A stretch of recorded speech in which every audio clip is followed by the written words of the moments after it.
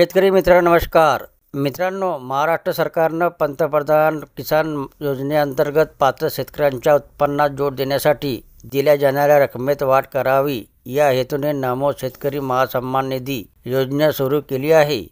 या योजनेतून शेतकऱ्यांना 5 हप्त्याची रक्कम देण्यात आली आहे.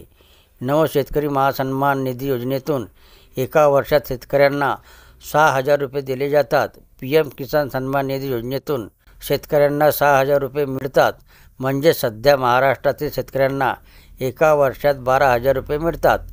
नमो शेतकरी महासन्मान निधी योजनेच्या रकमेत 3,000 रुपयाची वाढ करणार असल्याचं मुख्यमंत्री देवेंद्र फडणवीस यांनी जाहीर केलं होतं.